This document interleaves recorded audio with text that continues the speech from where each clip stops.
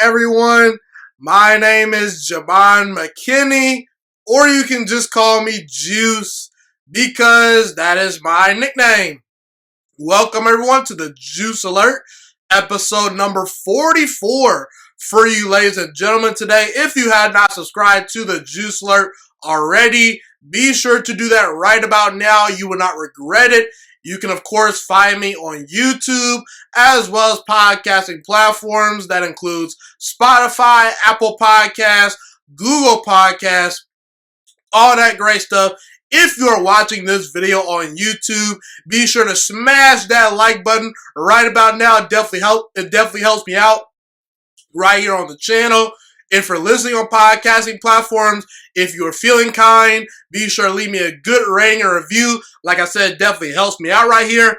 Today, I am talking about Major League Baseball. The MLB season pretty much just kicked off roughly about a week and a half ago. The 2021 MLB season is officially underway. Baseball's back. And I'm a big fan of Major League Baseball. I want to talk about baseball today.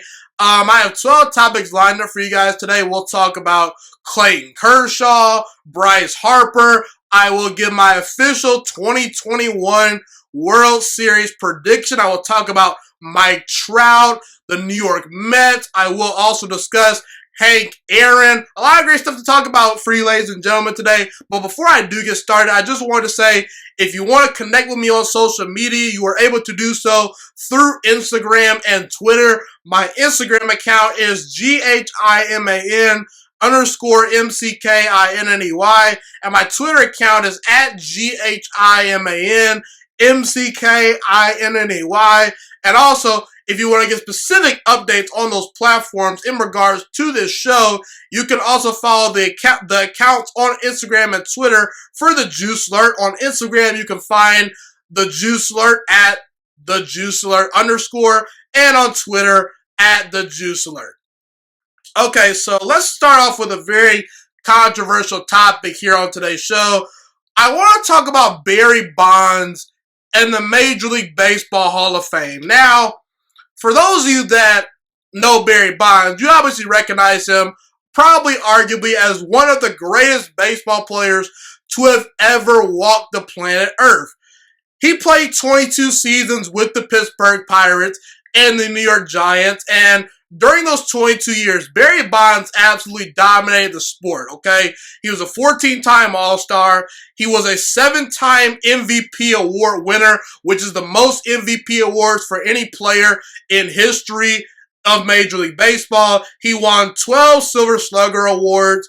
He won 2 batting titles. He currently is the all-time leader in home runs in MLB history with 762 career home runs, which is first all time. He once hit 73 home runs back in 2001, which is the single season home run record. And he's the all-time walks leader. And right now today, Barry Bonds is not in the Major League Baseball Hall of Fame. Now, the good news for Barry Bonds is he's got 1 year left on the ballot. The last time he was on the ballot, he received 61% of his votes, and you need 75% of your votes to qualify to be a MLB Hall of Famer. So we'll see if Barry Bonds gets into the Hall of Fame. Now, the big reason why Barry Bonds is, of course, not in the Hall of Fame is because he took steroids, and it was reported, well, I should say it was documented that started back in 1999, okay? And obviously guys like Manny Ramirez, Mark McGwire, Sammy Sosa, those guys took steroids. They put up unbelievable numbers, but they're probably not going to sniff the Hall of Fame as well. And you talk about guys like Alex Rodriguez and Roger Clemens as well. They're probably not going to sniff the Hall of Fame because they did the same thing that Barry Bonds did.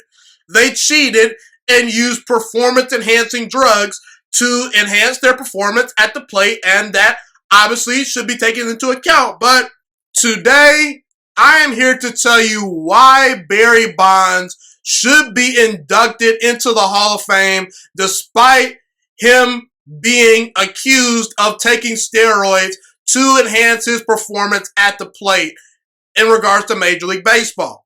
Now, the biggest reason why I believe Barry Bonds should be a Hall of Famer is because I believe if Barry Bonds retired before he took steroids, he would have had a 13-year career of excellence that should warrant Hall of Fame status. He was a Hall of Famer before he took steroids, okay? Because here's the thing. Barry Bonds, it was documented in 1999 that was the year that Barry Bonds began to take steroids, okay? And Barry Bonds entered Major League Baseball. He made his debut in 1986, okay? So we got a sample size from 1986 to 1998, which is a 13-year sample size of Barry Bonds without the steroids. And here's what Barry Bonds did during that 13-year period. During that 13-year period, he had 1,917 hits. He had 411 home runs. He had 445 stolen bases. For his career, he drew more walks than strikeouts, so he struck out at the plate 1,050 times, and he had 1,357 walks. That's unbelievable, okay? So his walk to strikeout ratio was off the charts, okay? That's unbelievable. He had a 290 batting average. He won 3 MVP awards, 8 Gold Gloves. He went to the All-Star game 8 times, and he was a 6-time Silver Slugger Award winner. I'm sorry, people, but if you tell me that a guy has a 13-year career in which he nearly reaches 2,000 career hits, has over 400 home runs and stolen bases, has walked more than he struck out, you're talking about a guy that's won 3 MVPs, 8 Gold Gloves, has been to the All-Star game 8 times, has a bunch of home runs and a bunch of hits, and that's not a Hall of Famer? I beg to differ. Barry Bonds could have walked away in 1998 from the MLB, and if he just had that career, he would have been a first ballot Hall of Famer. And I always say this. I've always had this rule regarding the MLB Hall of Famer and cheaters in regards to the MLB Hall of Fame. If you are not obviously a Hall of Famer before you took the steroids, then I'm not voting you into the Hall of Fame. I'll give you an example. Okay, let me just say this, okay? Like I said, Barry Bonds, before he took the steroids, was already on pace to be an all-time great player. He was already a Hall of Famer before he took the steroids, okay? Sammy Sosa and Mark McGwire, they were never putting up all-time great numbers and MVP-level numbers until they took the steroids, okay? The steroids are what caused them to put up all-time great numbers. Barry Bonds was already putting up all-time great numbers. Then when he took the steroids, he was on pace to be arguably the greatest baseball player of all time if we would have counted those numbers wholeheartedly and just ignored the cheating, okay? Sammy Sosa, Mark McGwire, guys like that, they were not Hall of Famers before they took the steroids. The steroids are what put them in the conversation to potentially be Hall of Famers, okay? So that's another thing.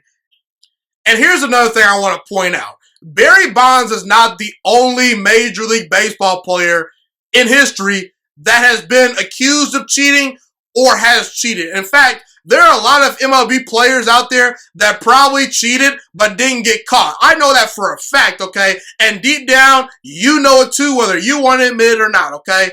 And the truth is, if we were to exclude all the cheaters from the MLB Hall of Fame, at the very least, 20% of current MLB Hall of Famers are not getting in, okay? So if we're going to punish Barry Bonds for cheating, we might as well punish all the other guys that have cheated, because as far as I'm concerned, there are multiple well-documented examples of cheaters that are currently in the Hall of Fame right now. Whitey Ford admitted to doctoring baseballs. And there was actually a sports science thing that ESPN did several years ago that showed the effects of what doctoring a baseball can do. It showed the advantages it gives the pitcher if you doctor a baseball, or if you put, sand or, pine tar, spit on it. It showed the effects of it, and things like that. So doctoring baseballs gave pitchers a huge advantage, and Whitey Ford admitted to doing that and cheating. Pud Galvin, it's been well documented that he used injectable substances. And there are rumors that he passed on those tactics to Babe Ruth, and Babe Ruth also used some of those substances. Now, it's not been proven true that Babe Ruth did it, but there are some rumors. Rogers Hornsby, here's a quote from him about a couple of decades ago, okay? I have been in pro baseball since 1914. I've cheated or watched someone on my team cheat in practically every game. You've got to cheat. So, folks, if we're going to punish Barry Bonds, why not punish all the other cheaters out there? And by the way, here's another fact. Steroids can only help you so much, okay? You still have to make contact with the baseball, okay? And by the way, steroids have nothing to do with stolen bases and defense. And Barry Bonds, he stole over 500 bases for his career. He's won multiple Gold Gloves. So his defense and impact on the bases as a guy that can steal bases has nothing to do with steroids, okay? So that's one thing I wanted to point out. But steroids or not, you still have to make contact with the baseball, okay? Steroids have nothing to do with your timing, with your vision, and how compact your swing is, okay? You still have to make contact with the baseball in order for it to go over the seats. And by the way, from 1990 to the early 2000s, there were a ton of players in baseball that cheated. And yet none of those guys were able to dominate the sport the way Barry Bonds did. Barry Bonds won 4 MVPs during the time in which he took steroids, okay? He was the best player in all of baseball by far, and it wasn't even close. Not even close. He was the most feared hitter in the game for about a 5 to 7 year stretch, okay? That's how good he was, okay? So that just goes, like I said, that just goes to show you how talented Barry Bonds was, because if steroids enhance you so much, how come no one else was hitting 73 home runs in a season?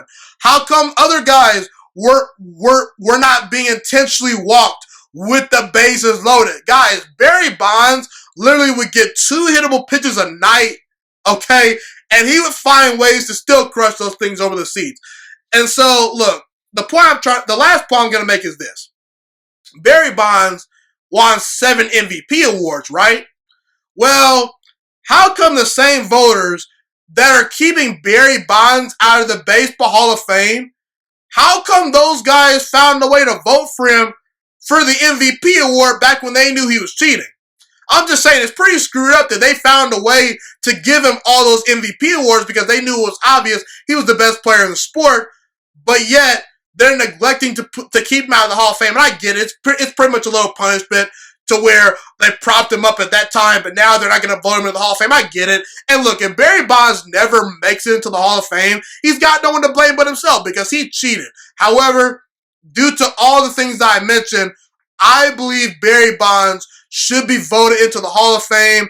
And if he's not a Hall of Famer, then we have to strip everyone else that has cheated or found a way to somehow try to cheat from their MLB Hall of Fame credentials. And by the way, for you people out there that are saying, Barry Bonds, well, if you let him into the Hall of Fame, you're letting him off the hook. No, I'm not, because everyone knows that there's going to be an asterisk next to Barry Bonds' name, whether he likes it or not. Even if he makes the Hall of Fame, everyone knows he's not the home run king. The home run king truly is Hank Aaron. Barry Bonds cheated. So that's the point I'm trying to make. But bottom line, those are all the reasons why I believe Barry Bonds should be a Hall of Famer. I now want to talk about Hank Aaron. So, on January 22nd, 2021, roughly about a couple of months ago at the time of this episode right here, Hank Aaron died at the age of 86 years old. And Hank Aaron is one of the greatest baseball players to ever live. He's in the GOAT conversation. If you look at his all-time numbers, he is second all-time in career home runs. He's third all-time in career hits. He's first all-time in RBIs. He was a 3-time Gold Glove Award winner. He's a 2-time batting champion. He won a World Series. And he was a 25-time all-time All-Star. Not to mention, he walked more than he struck out in his career, which is pretty unprecedented. And like I said, Hank Aaron, you can make the argument for him being the greatest baseball player to have ever lived. He was that special. He was that great. And for him to carry himself the way he did back during his time in which segregation was well and alive and people were trying to tear the guy down, they were waiting for stories to pop up of Hank Aaron being a bad teammate, being a bad citizen. But the guy carried himself with nothing but class, and he represented the African American race in with a great deal of dignity, I would say. He did everything right. He's a class personified human being. And to me, Hank Aaron is the real home run king, not Barry Bonds. Hank Aaron, unfortunately, is right now currently second all time in home runs because Barry Bonds passed him a couple of years ago. So Barry Bonds has 762 career home runs. Hank Aaron has 755 career home runs. But I don't care that Barry Bonds passed Hank Aaron. You want to know why? Because we all know Barry Bonds cheated. We all know that Barry Bonds wouldn't come close to that record if he did not take steroids, okay? So to me, Hank Aaron is the one and only home run king, and until someone passes him by, I'm not taking that label away from him. And by the way, he probably will always be ultimately the true home run king to a lot of people just because of what he meant to the game of baseball back in his day. And due to the fact that it took so long for his records to be broken. Okay, Hank Aaron held the all-time home run record for 33 straight years. And if Barry Bonds didn't come around and actually cheat and, tarnish the home run record, it would be 47 years and counting for Hank Aaron and his all-time home run record, okay? So look, Hank Aaron, he's one of the greatest baseball players of all time. One of my favorite players of all time, even though I didn't get a chance to watch him play, obviously because I'm way too young and he played way, way back in the day. But Hank Aaron, he's a class personified guy, and to me, he goes down as the all-time home run king to me, not Barry Bonds. There deserves to be some prestige put to that award. And anyone that says Barry Bonds is the true home run king, they're doing Hank Aaron a disservice because he paved the way. He organically broke Babe Ruth's home run record at the time. So to me, Hankery Aaron, a.k.a. Hank Aaron, is the real home run king and not Barry Bonds. So I've been talking about all-time great players on this show so far, like Barry Bonds, Hank Aaron. I now want to talk about arguably my favorite MLB player of all time, and that guy is Miguel Cabrera, okay? And we all know that Miguel Cabrera is an all-time great. Once he retires, he's going to be a first ballot Hall of Famer once that time comes calling for him. And for Miguel Cabrera's career, he's had a 19-year career so far. He currently plays for the Detroit Tigers. He was drafted by the Marlins, but he plays for the Tigers right now. And Miguel Cabrera, during his 19-year career, has been an 11-time All-Star. He's a 2-time MVP award winner. He won the Triple Crown back in 2012. And what the Triple Crown is it's an award where you lead the entire league in RBIs, home runs, and batting average. So he led the league in batting average, home runs, and RBIs in 2012, which is very, very hard to do. He's a 4-time batting champion, and he was able to actually win a World Series back with the Marlins during the early stages of his career. Now, for Miguel Cabrera's career, he's got a batting average of 313, okay, which is pretty good. That's really impressive. He's got nearly 2,900 hits.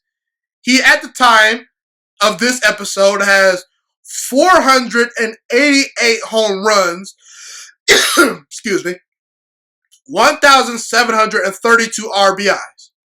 Those are all-time great numbers. However, sadly, in my opinion, Miguel Cabrera's career will never be as great as it could have been.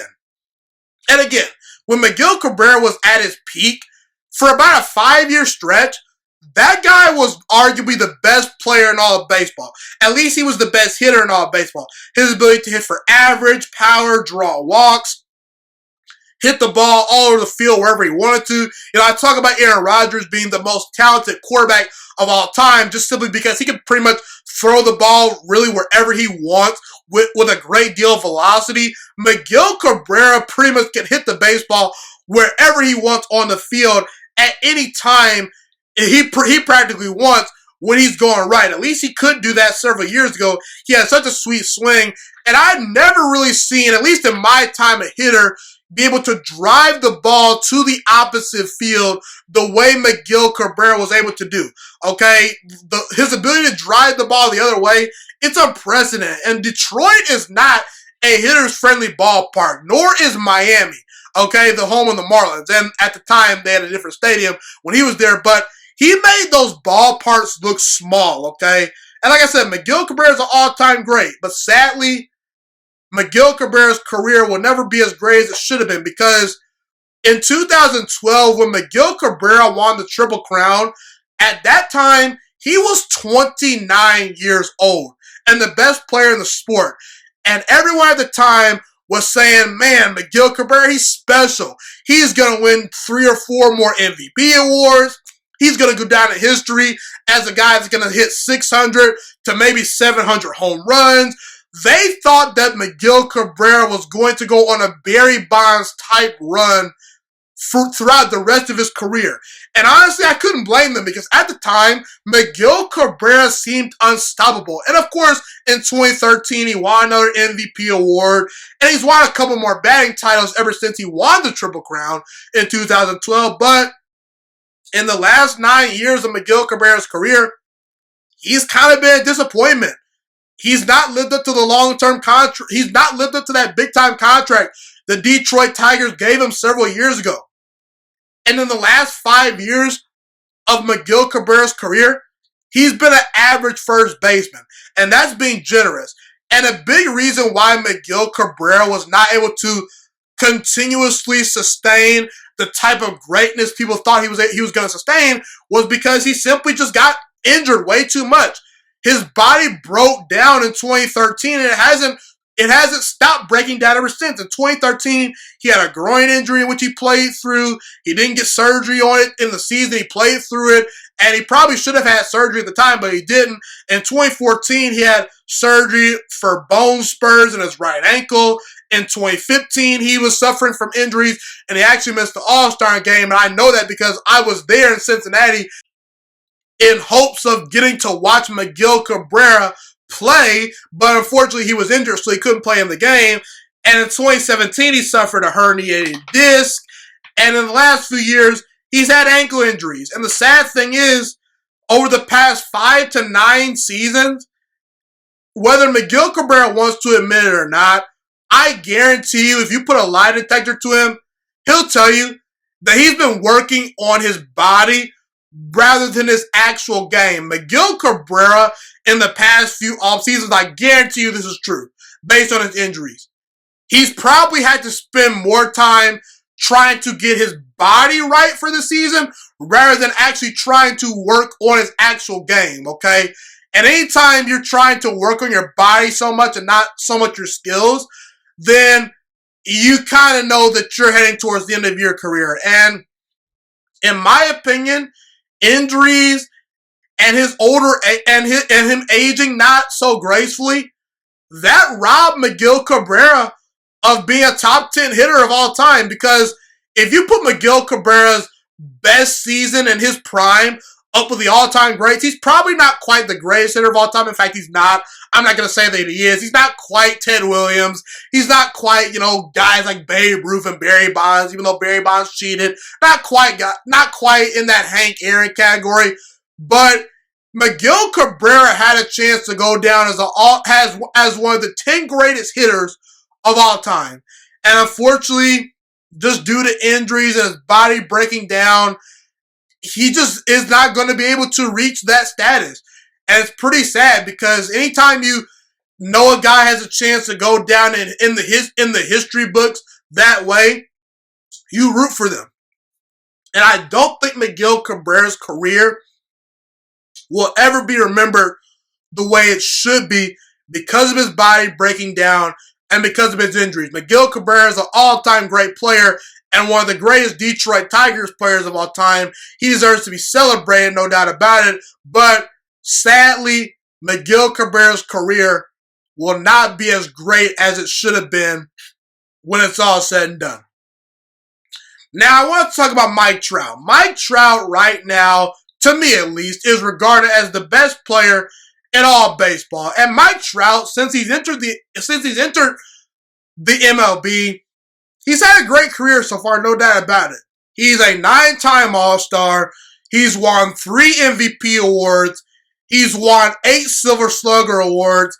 And to be quite honest with you, I don't even think we've seen the best version of Mike Trout quite yet. And, you know, I've always kind of thought to myself, Mike Trout and the Los Angeles Angels are an odd fit. Mike Trout is this big-time celebrity. He's this superstar baseball player, but yet he plays for the B team in Los Angeles. Whether you people want to admit it or not, it's pretty obvious. The Los Angeles Dodgers are the team you think of when you think of Los Angeles, California teams. You don't think of the Los Angeles Angels of Anaheim. They're the B team in Los Angeles. And Mike Trout, to me, deserves to be in a much bigger market. Now, I will say, part of the reason why he is in a smaller market is his fault, because he just recently signed a 12-year contract worth $426 million.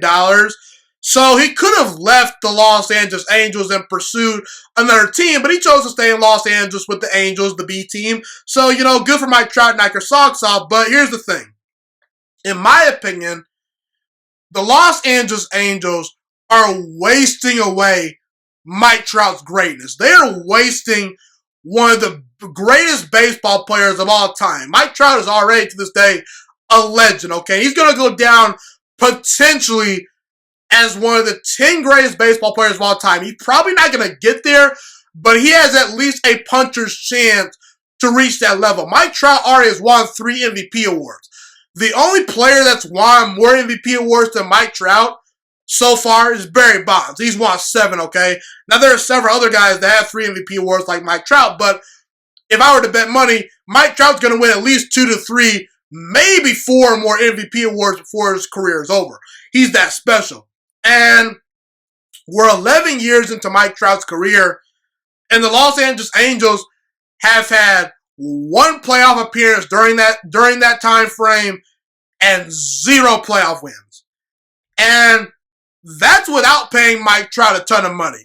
Once that contract kicks in, boy oh boy, is Mike Trout going to be a big-time cap hit. Now, he's going to be worth that money because Mike Trout is awesome, but you know, based on the way the Los Angeles Dodgers are building their team, you know, based on the other big market teams, the Los Angeles Angels organization, to me, is not the snuff. They are not the snuff. I don't think they're going to get enough free agents to come to that place because ultimately the Angels are the B team in LA.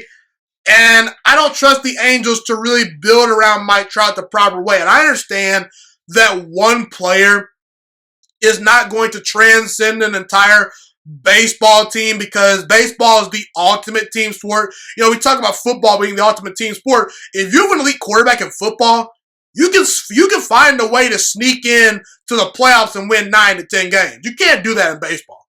I mean, we've seen Mike Trout be a 3-time MVP award winner throughout his 11-year career with the Angels so far, and they have won 0 playoff games.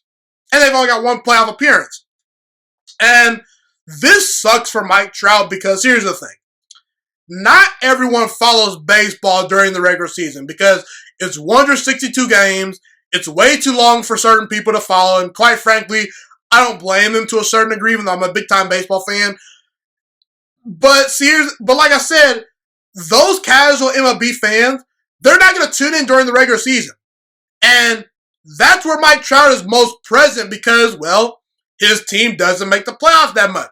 So the casual MLB fan that only watches the World Series or only watches the MLB playoffs, they're not tuning into Mike Trout's games. They're not seeing Mike Trout's greatness unless they're watching the All-Star game.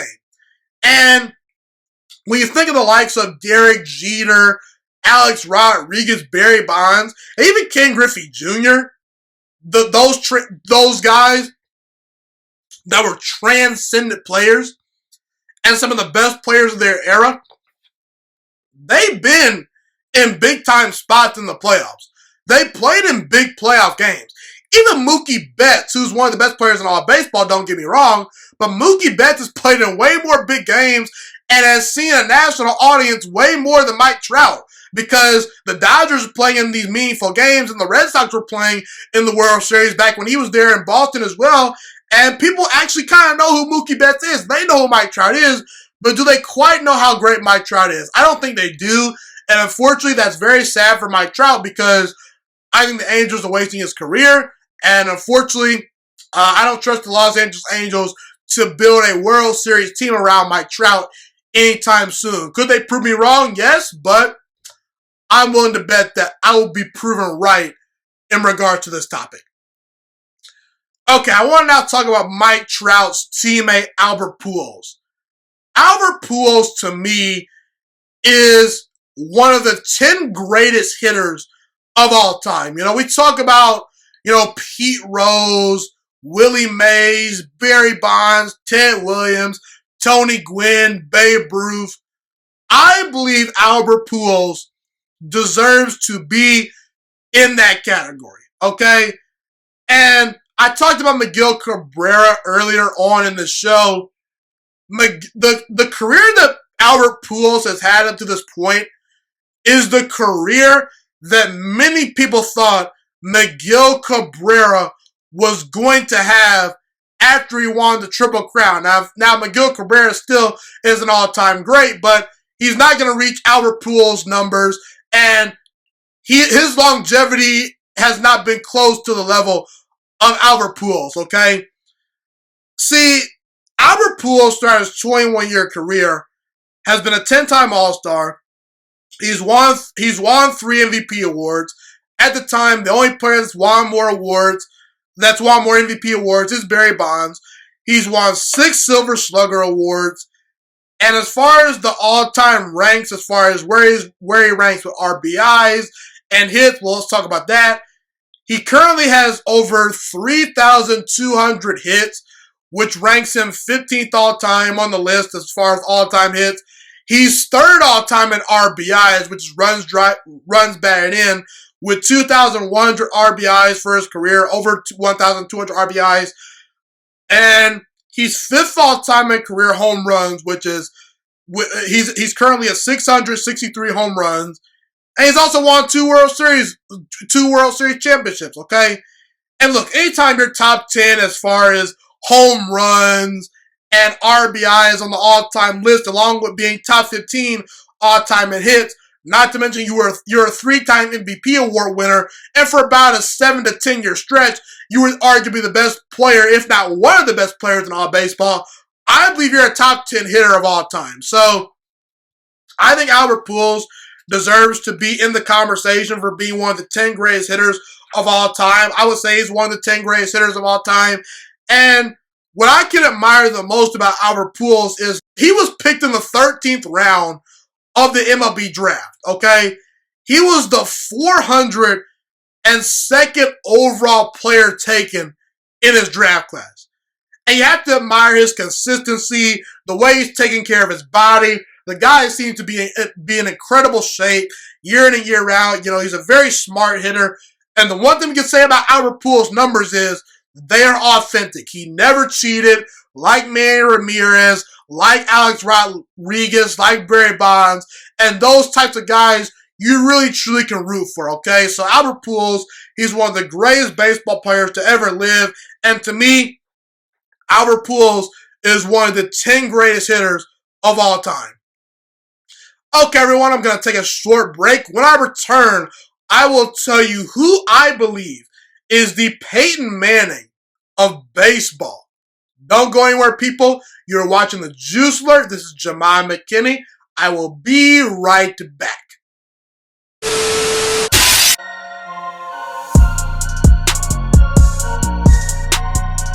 Okay, everyone, I am back. I now want to dive into Clayton Kershaw. Clayton Kershaw, to me, is the greatest pitcher of my lifetime. I'm talking about the last, 15 to 20 years. And Clayton Kershaw is arguably one of the 5 greatest pitchers to ever play the game of baseball. He's already in that category, to me at least. Or at least he should be in the conversation. We can debate whether or not he's a top 5 pitcher of all time. I do believe he will, without a doubt, probably be at least a consensus top 5 pitcher, of all time once it's all said and done amongst, the mainstream media and people who follow baseball. They'll probably consider him a top 5 pitcher of all time. He's that special, okay? Now, throughout Clayton Kershaw's 14-year career, he has been an all-star 8 times. He's won the pitching triple crown back in 2011. He won that award. He's won a gold glove. He's led the league in ERA 5 times. He's a 3-time Cy Young Award winner, which is pretty much the MVP for pitchers every year. And only 4 other pitchers have won more Cy Young Awards than Clayton Kershaw. And not to mention, Clayton Kershaw also won he also won an MVP back in 2014, which is very tough to do for a pitcher. We talk about, there's so many great hitters in the game of baseball. It is really, really hard for you to win an MVP award as a starting pitcher, okay? And at the time, people were considering Clayton Kershaw potentially as one of, if not the best player in all baseball. I didn't quite think he was that good, but you could have at least made the argument back then that, yeah, even though he's a pitcher, that guy's the best player in the sport, at least at that time. And the crazy thing is, I believe Clayton Kershaw has at least another 5 to 7 good to great seasons left in him. Now, the question is, what is holding Clayton Kershaw back from arguably being the greatest pitcher who's ever lived? And people are wondering, why is he not quite mentioned with Sandy Koufax? Why is he not quite Bob Gibson? A big reason why is because, there's been a lot of good pitchers throughout history, for one, okay? And number 2, when it matters most in the postseason, the mud is at times a little bit foggy for Clayton Kershaw. The clouds and the mud, they get a little bit foggy, And to me, Clayton Kershaw is the Peyton Manning of Major League Baseball. And that's not a knock against Clayton Kershaw at all. Because anytime you're considered in the conversation with Peyton Manning, okay, that means you're all-time great. Because Peyton Manning, I know we're talking about different sports right here, but Peyton Manning, as far as him in the National Football League, he won 5 MVP awards. He's got 538 career touchdown passes, over 70,000 passing yards, and he won 2 Super Bowls throughout his career. And Clayton Kershaw this past year in the 2020 World Series, he got the monkey off his back. And and the way he got the monkey off his back is he actually, came out in the postseason and he put together a really good performance.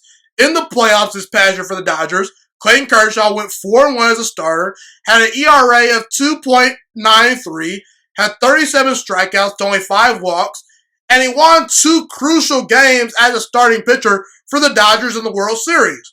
Okay, so, a couple of years back, people were saying Clayton Kershaw, he's a choker, he's a no-good postseason pitcher, he'll never get over the hump, he's the reason the Dodgers are losing. That monkey is off of Clayton Kershaw's back. You can never call a Super Bowl champion, an NBA champion, or a World Series champion, in my opinion at least, a choker. That is gone from Clayton Kershaw's reputation. But just because you get the monkey off your back in one postseason, that doesn't mean you completely erased all of your postseason struggles. See, just because Peyton Manning won a Super Bowl MVP and won a second Super Bowl in Denver, in which he was pretty much carried by his defense, that doesn't take away the fact that Peyton Manning, throughout most of his postseason career, he was often a lesser version of himself. And before Peyton Manning was carried by the Denver Broncos defense, on his way to winning his second Super Bowl, Peyton Manning was 10-12 in the playoffs. Now, he finished his postseason career with a 13-12 record, but ironically, you know who also has a 13-2 record in their career in the playoffs? Clayton Kershaw. I know it's a different sport, but Peyton Manning went 13-12 in his postseason career. Meanwhile, Clayton Kershaw, as we speak today, he's got a 13-12 postseason career. To be very clear, both guys went 13-12 during their postseason careers. And obviously Kershaw can add to that because his career is not over. But when you look at Peyton Manning, during his time in the playoffs, his passer rating went down dramatically. His completion percentage went down dramatically. His touchdown and interception ratio wasn't the same. You can say the same thing for Clayton Kershaw. Clayton Kershaw's ERA in the postseason is 4.19. To put that in context, his career ERA in the regular season is not even at 2.5. It's at like 2.47. That's pretty astonishing. And it's hard to be the same version. It's hard to be a better version of yourself from that in the regular season. But even then, isn't that kind of how and why we separate guys on these all-time lists in the first place? Like, the postseason has to matter. And we have to take into account the fact that Clayton Kershaw in the playoffs, more times than not, usually was a lesser version of himself. There are some guys in the playoffs, in the high leverage moments, that stay the same under pressure, that elevate under pressure, or shrink under pressure. Clayton Kershaw, for the most part, this past postseason, stayed about the same under pressure. You know, he didn't elevate to a new level, which is very hard to do, but he at least was sort of a normal version of himself, okay? But he wasn't quite transcendent. And that's always going to be the knock on Clayton Kershaw throughout his career is, yes, he's an all-time great in the regular season, arguably one of the 5 greatest pitchers of all time in the regular season. And while we can say he's a champion, he's not quite Bob Gibson. He's not quite, Sandy Koufax. He's not in the conversation of guys that, okay, Game 7, you need a starting pitcher on the mound to get Barry Bonds out, to get Derek Jeter out, to get David Ortiz out, to get Ken Griffey Jr. out. He's not in that conversation. In fact, I'd rather have Madison Bumgarner on the mound in the playoffs when it matters most over Clayton Kershaw. And Clayton Kershaw right now is a better all-time pitcher than Madison Bumgarner, but when it matters most, give me Madison Bumgarner. He's shown he can be an elevated version of himself when it matters most. And that elevated version of himself is just as nasty as Clayton Kershaw. Postseason Madison Bumgarner is better than postseason Clayton Kershaw. So look, all I'm trying to say is, I'm not trying to criticize Clayton Kershaw too much, but the reason why Peyton Manning is not quite the greatest quarterback of all time, when he should be, by the way, because Peyton Manning was super talented. He won 5 MVPs. He carried a bunch of bad rosters to the playoffs at times. He was the ultimate leader and the ultimate coach on the field. You wonder, why is Peyton Manning not the greatest quarterback of all time? To me, he's a little bit more talented than Tom Brady even. You can make that argument at least, okay? But a big reason why is because Peyton Manning is not as great as Joe Montana in the playoffs. He was not as great as Tom Brady in the playoffs. He wasn't even quite as great as Eli Manning in the playoffs. That's the same thing with Clayton Kershaw. He's great in the regular season, arguably, top 5 at his position in the regular season, but when it matters most, at times he's hittable. At times he's very, very mortal. So that is the biggest reason why I believe Clayton Kershaw is the Peyton Manning of baseball. An all-time great player, but when it comes to the postseason, not quite always his cup of tea. But he's an all-time great, and he should be very proud of his career up to this point. And by the way, Clayton Kershaw can still add on to his resume, which is the scary thing. Will he continue to be great in the playoffs? Only time will tell. So I now want to talk about Bryce Harper. Because Bryce Harper back in 2009 was on the cover of Sports Illustrated. And at the time, Bryce Harper was only 17 years old. And everyone who covered the game of baseball at the time pretty much knew who Bryce Harper was. He was a 17-year-old kid that was hitting 500-foot home runs as a high schooler. He was labeled the next generational talent, the next great five-tool player. And people were saying Bryce Harper might have been the greatest prospect in baseball history. At the time, they were saying those things. They were putting him in the category with Alex Rodriguez, Ken Griffey Jr., and sort of giving him that LeBron James treatment back in high school. Remember when LeBron James was in high school and people said this guy might very well become a top 5 player of all time one day? That's how great he could be. I mean, the hype was insane. And the crazy thing is LeBron James somehow actually exceeded the hype and the expectations, okay? Now, the thing with Bryce Harper was he was obviously drafted number 1 overall back in 2010, and he debuted for the Washington Nationals in 2012. He now plays for the Philadelphia Phillies. The question I want to answer today is, has Bryce Harper lived up to the hype? No. The answer is no. No, he has not. Bryce Harper, pardon me, not Mike Trout. Bryce Harper isn't even the best player from his own draft class. Right now, today, I'd take Christian Yelich, Manny Machado, Chris Sale, and Jacob deGrom over Bryce Harper. And all 4 of those guys, to me, project to have better careers than Bryce Harper. The player that Mike Trout has become is the player that people thought Bryce Harper was going to be back when he was in high school. Now, I will say this. As far as if Bryce Harper has lived up to the hype or not, it was nearly impossible for Bryce Harper to live up to the amount of hype that he received back in high school. That's why I'm not surprised he has not quite lived up to that hype. And to be quite honest with you, it is super duper unfair for people to have expected Bryce Harper to live up to the expectations that were put on his shoulders. And by the way, Bryce Harper's actually had a pretty solid career up to this point. It's not been a great career. It's not been a transcendent Hall of Fame career. You know, if he were to retire today, he's not a Hall of Famer, but he's been a Major League Baseball player for 10 years. He's been to 6 All-Star games. He could make a 7th All-Star appearance this year if he plays well. He's won an MVP award. And right now, today, I say Bryce Harper is one of the 30 best players in the world. And we could poo-poo Bryce Harper and say, oh, but he's overrated. He was supposed to be a transcendent player, not a transcendent player. You can do that if you want.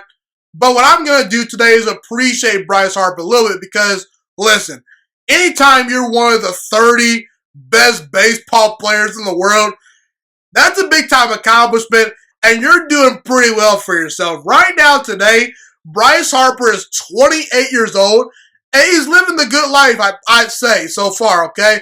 And by the way, Bryce Harper, like I said, he's 28 years old. He has a chance to play for another 10 to 12 years. His story is not all the way written yet. So the question is, will Bryce Harper, for the next 10 to 12 years, really put on a show? Will these start to be the really big prime years of Bryce Harper's career? Will he be able to compete for championships? Will he win multiple batting titles? Will he win multiple MVPs? My guess is no, but I'm interested to find out. And by the way, I will say, anytime Bryce Harper's on TV, I tend to watch, I tend to watch a game if Bryce Harper's playing because he's exciting, he brings great joy to the game, and sure, Bryce Harper hasn't lived up to the hype, but it was impossible for him to live up to that kind of hype, and I'm just interested to see how his career plays out going forward. We shall see, but has Bryce Harper lived up to the hype?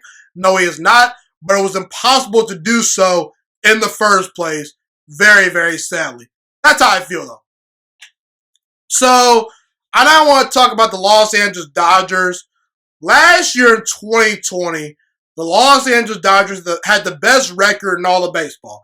And they went on to win the World Series. And I predicted last year that the Dodgers were going to get to the World Series after they signed Mookie Betts. A year ago in the offseason, it was pretty much a foregone conclusion to me that they were at least going to be in the World Series. And they made it to the World Series. And they beat the Tampa Bay Rays in 6 games, okay? And I expect the Los Angeles Dodgers to repeat as World Series champions in 2021. I expect the Los Angeles Dodgers to repeat as World Series champions and go back-to-back, okay? Now, obviously the White Sox are really good. Obviously the Cardinals are going to be really good, in my opinion. The Yankees are a threat, potentially, even though they are off to a slow start. We'll see how, their season goes. But there are several teams, like the Padres even, that are in the picture to potentially knock the Dodgers off. But the Los Angeles Dodgers, to me, are the most talented team in all of baseball. And I believe they're going to win at least 100 games this year. And in a 7-game series, in a best-of-7 series, I just don't see any team talented enough to beat the Dodgers come postseason time. And the Los Angeles Dodgers just added Trevor Bauer in the offseason. And by the way, Trevor Bauer is excellent. He just won the Cy Young Award this past year. They added that guy to already a top 5 pitching staff in all of baseball. Not to mention you still have Mookie Betts, who might be the best player in all of baseball, not named Mike Trout. You got Cody Bellinger, who's dynamic. Justin Turner, who's turned himself into a really good player. A.J. Pollock, Corey Seager. And then you got guys like Trevor Bauer and Clayton Kershaw on the mound for you. The only concern for me regarding the Los Angeles Dodgers is their bullpen good enough? And last year, their bullpen was able to answer the bell. And another question I have is, will Clayton Kershaw show up when it matters most? Because we've seen in the past Clayton Kershaw not be able to show up and quite be the best version of himself in the playoffs. But last year, Clayton Kershaw was very consistent in the playoffs and was a big reason why the Dodgers won the World Series. So, as long as the LA Dodgers are healthy and playing good baseball once the postseason rolls around, I don't see a team taking them. I really don't. So, to me, the Los Angeles Dodgers are the best team in all of baseball. I believe they will repeat as World Series champions. And that front office has done a great job of accumulating talent. That farm system is excellent. They're a deep team. Dave Roberts is a solid, manager. He's not the best manager in the world, but he's a solid manager. And the Dodgers have a chance to become a dynasty because their front office knows how to make moves and they have a really talented team. So if the Dodgers can cash in this year, it's not crazy to call them potentially a dynasty already. The Los Angeles Dodgers have a chance to do some special things going forward, and I believe the Los Angeles Dodgers will repeat as World Series champions in 2021. So like I said, the Dodgers beat the Rays in the World Series this past year in 2020. To me, LA was the better team, and I expected them to win the World Series, and they did. However, Tampa Bay Rays manager Kevin Cash received a lot of criticism for his decision in Game 6, which was the final game of the series. In that game, he pulled Blake Snell in the 6th inning when the Tampa Bay Rays had a 1-0 lead. And obviously, after Blake Snell was taken out of the game, well, the LA Dodgers decided to build momentum, and they took over the game, and they ended up winning 3-1. Now, I do believe Kevin Cash is a solid manager, and over the past, couple of seasons, he's done a pretty good job. And Tampa Bay has won a lot of games. But to me, Kevin Cash is going to have to live with that decision for a very long time because that's a decision you should regret. Because you don't take Trevor Bauer out. I'm sorry, not Trevor Bauer. Where did that come from? You don't take Blake Snell out the game at that time. You just don't do that. That's not a move you should make. And the biggest reason why Kevin Cash said he made that move was because of analytics. And the harsh reality is analytics might have caused the Tampa Bay Rays a World Series. Because Blake Snell at the time, he was dealing.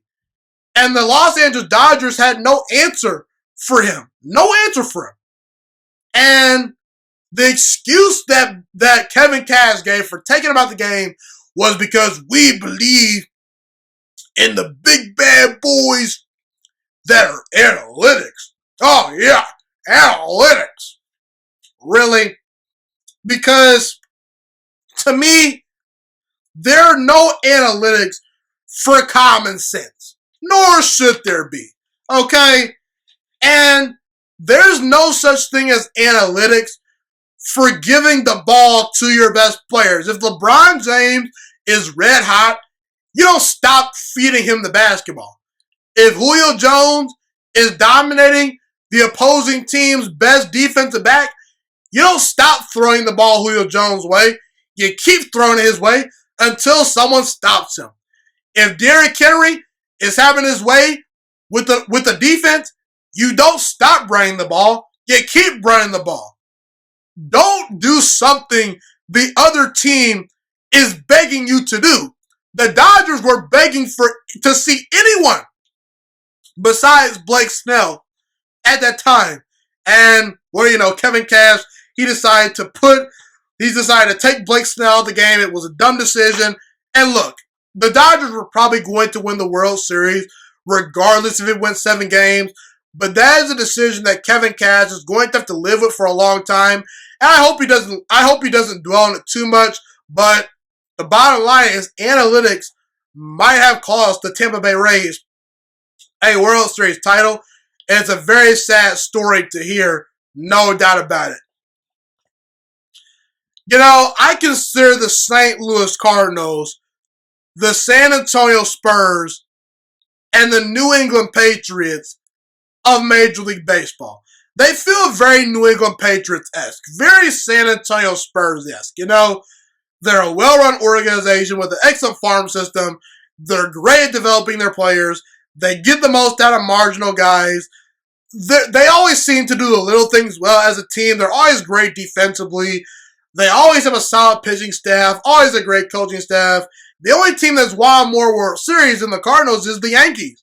And the one thing I've always admired about the Patriots is the Patriots aren't afraid to spend money on big-time players if they need to. The Spurs, they're not known for their free agent acquisitions, but during the Tim Duncan era and the David Robinson era, there was no need for them to really, go out and spend money on free agents because their homegrown talent was so good, and they just didn't need to go out and get free agents. But the Patriots, they'll go out and spend money on a top-flight defensive back. They'll go out and they'll acquire a guy like Randy Moss, even though he has some baggage in the past, And what the St. Louis Cardinals did this past year is they went out and they signed Nolan Arenado. And to me, Nolan Arenado is the perfect fit for the St. Louis Cardinals. And Nolan Arenado makes the St. Louis Cardinals a legitimate World Series threat. Right now today, Nolan Arenado is one of the 5 best players in all baseball. And he should be in the conversation for best baseball player in the world. And right now today, I'd probably give the edge to Mike Trout over Nolan Arenado. But Nolan Arenado is not too far behind people. In fact, in the last 7 seasons, who has more home runs than Mike Trout? Nolan Arenado. He also has more RBIs. He has more hits. He's been the more durable player. They both hit for about the same average. And Nolan Arenado strikes out less. Nolan Arenado also is the better defensive player. I can argue Nolan Arenado is maybe the best defensive player in all baseball. He's that good at defense. Okay, he's that lethal. He's that valuable on that end of the field, And look, the Cardinals realize they play in the best division in all baseball. And look, if you're in a division with the Brewers and the Cubs, you got to take big swings, And last year, the Cardinals were 28th in runs scored on offense, and they were 22nd in batting average. They realized that they needed a big-time bat in the middle of that lineup to drive in runs and hit balls over the seats. And Nolan Arenado is going to go really well with Paul Goldschmidt, Yadier Molina, and Matt Carpenter. It's already working really, really well so far this season. The Cardinals are off to a pretty solid start this year. And the Cardinals already had a pretty solid pitching staff, as they usually always do. They just needed that star player to be in the middle of that lineup for them. They've not had a player this good on their team since Albert Pujols, okay? And Albert Pujols dominated for a long time in St. Louis. I don't think Nolan Arenado is ever going to be as good as Albert Pujols was, but Nolan Arenado has a chance to dominate in St. Louis for a long time, at least the next 10 years if he decides to finish his career in St. Louis. And he's a big-time bat in the middle of that lineup. And the Cardinals, they're in the World Series picture, no doubt about it, because of a guy like Nolan Arenado. Keep your eye out on the Cardinals. They're really good, and Nolan Arenado is a player you should be paying attention to going forward. I want to now talk about Jacob deGrom, who currently is a starting pitcher for the New York Mets. I believe Jacob deGrom right now is the best pitcher in all of baseball. And I feel like that Jacob deGrom has been the best pitcher in all of baseball. And honestly, one of the best players in all of baseball ever since he won the Cy Young Award back in 2018. And then he followed it up by winning another Cy Young Award in 2019. He had a really solid year last year. And right now, Jacob deGrom is at the peak of his career. And I'd argue that Jacob deGrom has at least 2 more Superman years left in him. He probably has more than that, but at the very least, he's got about 2 more, just crazy good seasons left in him. He's going to have a chance to add on to his numbers and have a solid career from this point going forward. But the point I'm trying to make is he's awesome. He's really good. And what makes Jacob deGrom so good is he's got such an electric fastball, man. He easily can reach 97 to 100 miles an hour. And like I said, it's with relative ease. That sets up his 90-mile-per-hour slider. He throws in a good changeup with that as well, along with a solid curveball. He doesn't walk very many batters. But in the last 4 years, Jacob deGrom is 25-20 as a starter. But that is not on Jacob deGrom. That is on the incompetence, I should say. That is on the incompetence of the New York Mets. This team has not surrounded Jacob deGrom with enough help, okay? Now, they've always had a solid pitching staff, but the New York Mets offense has really squandered some of the best, seasons of Jacob deGrom's career, because when you have a transcendent pitcher like a Jacob deGrom, you want to win a lot of games and you want to make the postseason, because if you roll into the postseason with a guy like Jacob deGrom, he's going to give you a puncher's chance to win a World Series, okay?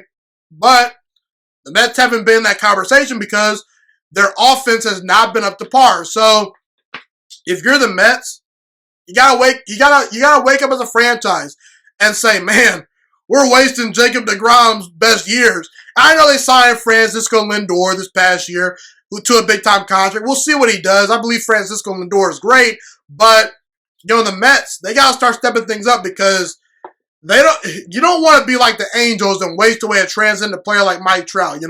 That player obviously being Jacob deGrom, but the point I'm trying to make is Jacob deGrom is excellent, but if the Mets want to get the most out of him, they must build a great team around Jacob deGrom. We'll see if that team comes into fruition very, very soon, but only time will tell. I want to now end my show by talking about Juan Soto. Juan Soto, to me, is the best young hitter in all baseball. Now, when it comes to baseball players today, they're more talented than ever. They're high school athletes that are playing more than one sport. These kids have multiple trainers, multiple coaches helping them out. They go to showcases, they go to camps. The development is at an all-time high these days.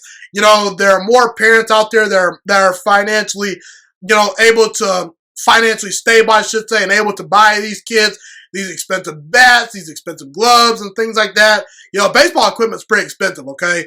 And, you know, we talk about guys like, you know, Mike Trout, Mookie Betts, Cody Bellinger, Nolan Arenado, Jacob deGrom.